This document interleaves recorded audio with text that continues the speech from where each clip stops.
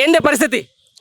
ఏం పరిస్థితి అన్న, కాంగ్రెస్ ప్రభుత్వం మొత్తం రోడ్ ఎక్కిచ్చింది. ఎప్పుడే అప్పుడే రోడ్ ఎక్కిచ్చింది. నిన్న ఇన్ని రోజులు నల్గొండలో ధర్నా చేస్తామంటే పర్మిషన్ ఇవ్వలేదు. కోర్టు పోయి తెచ్చుకుంది బీఆర్ఎస్ పార్టీ. ఆ పార్టీ కోర్టు పోయి తెచ్చుకునే ముంగల రైతు బంద్ వేస్తామన్నారు. పొడుగు పొడుగు రేట్లకు ఎవరిని చూస్తే భయపడుతురు? ఓవల్ని మరి ఎందుకు పర్మిషన్ ఇస్తలేరు? ఇంకా ప్రభుత్వం వాళ్ళ చేతులు ఉంది, పోలీసు వాళ్ళు వాళ్ళ చేతులు ఎందుకని ఇప్పుడు ప్రజాస్వామ్యంలో ఎవరైనా కూడా ధర్నాలు చేసుకోవచ్చు అని వీళ్ళే చెప్పారు. కానీ పోలీసు వారు ఆజ్ఞ లేదు, మనం చేయలేము కదా. అందుకనే కోర్టు పోయి తెచ్చుకోరు చేసిరు. ఇవాళ ఏ ముఖ్యమంత్రికి వచ్చిరు, ఎవరికి వచ్చిరన్నా కేటీఆర్ మీటింగ్ పెడితే మహాధర్నాకి ఎంతమంది వచ్చిరో మీరు చూస్తున్నారు కదా. అది బీఆర్ఎస్ ప్రభుత్వం అంటే అది. కేసీఆర్ ఎప్పుడైనా రైతుల పక్షాన నాయకుడు, దేవుడు.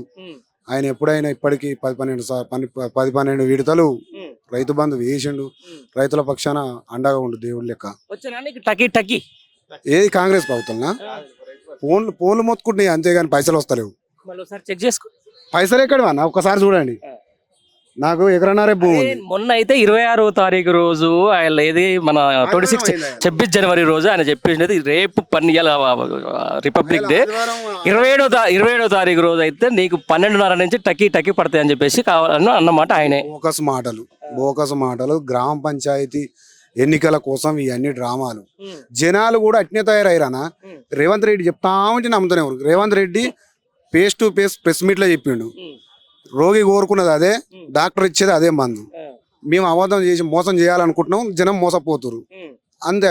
ఆయన చెప్పిన ముచ్చట ఇది, ఆయన చెప్పిందే చేస్తుండు. ఆయన ముందే ఇదివరకే చెప్పిండు, జనం మోసపోతానికి రెడీగా ఉన్నప్పుడు మోసం చేస్తాను మేము కూడా రెడీగా ఉంటామని చెప్పేసి. సరే ఎన్ని రోజులు పోతారు ఇట్లా? ఇక జనం నమ్మిన రోజులు పోతారు. ఎన్ని రోజులు నమ్ముతారు ఇట్లా?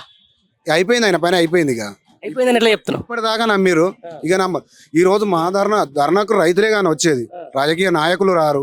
రైతులమే మేము వచ్చింది ధర్నాకు. లక్షల మంది వచ్చారు.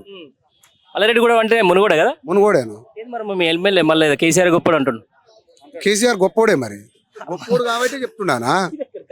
కేసీఆర్ గొప్పోడు కాబట్టి చెప్తున్నా అన్న. బీఆర్ఎస్ పార్టీ కేసీఆర్ నాయకత్వాల ప్రతిపక్షాలు ఉన్నా అది పాలిచ్చే ఆవే అన్న, అంతే. పాలిచ్చే ఆవే. పాలిచ్చే తీసుకొచ్చి ఓటిపోయిన భయపడిన ఎంత తెచ్చుకున్నావు? ఇప్పుడు జనాలు అట్లా మోసపోయారు అన్న. దాంట్లో నువ్వు ఉండొచ్చు, నేను ఉండొచ్చు, ఎవరైనా ఉండొచ్చు, అందరం ఉండొచ్చు. దాని టైం వచ్చినప్పుడు విందామనా, విందాం, పక్కా విందాం. ఇప్పుడు ఏదేమైనా కూడా రైతు రాజు. రైతుకు న్యాయం జరగాలి. రైతుకు న్యాయం జరిగితే అన్ని విధాలు జరుగుతుంది. కేసీఆర్ ప్రభుత్వం ఉంటేనే రైతుకు న్యాయం జరుగుతుంది అన్న. ఏమైంది రైతులకు మొన్నటిదాకా? రైతులకు రోగం వచ్చింది. రోగం వచ్చి ఆయన గెలిపించుకొని రైతు బంధు చేస్తాం. అది నాకు 1,00,000 బ్యాంకు రుణం ఉందానా, బాయ్కు ఉంది.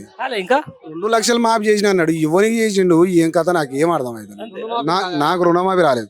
ఇప్పుడు కూడా చూపిస్తాను. నా SBI బ్యాంకులా నా బ్యాంకు లాక్ వేయించిండు. ఈయన రుణమాఫీ చేస్తా అంటే నేను కట్టలేదు, బ్యాంకు లాక్ వేయించిండు. నేను డబ్బులు వేసుకోవస్తలేదు, తీసుకోవస్తలేదు. అంతేగాని మరి మనం కట్టినప్పుడు లాకేస్తాడు. ఈయన కడతానే. కాంగ్రెస్ పార్టీ కోట వేయలేదేమో. మాఫీ చేసి తెచ్చుకోరు. కాంగ్రెస్ పార్టీ కోట వేయలేదేమో. కాంగ్రెస్ పార్టీకి ఓటు వేయలేదనా అంటే నాకొకరికి జనం అంతా వేస్తారన్న కాంగ్రెస్ పార్టీకి. అందరం వాళ్ళందరికి ఆపుతుండేమో. అందరికి ఆపుతుండు. మరి ఎట్లా గ్రామ సభలు అయినాయి? గ్రామ సభలు అయినాయి, రేషన్ కార్డులు అని, ఇందిరమ్మ ఇండ్లు అని, ఇందిరమ్మ భరోసా అని. గ్రామ సభలు అయినాయా, గ్రామ గలాటాలు అయినాయి? గ్రామ గలాటాలు అయినాయి, సభలు అయినాయి. ఇంకొకటి కాంగ్రెస్ పార్టీ పరంగా ఇస్తురన్న రేషన్ కార్డులు కానీ.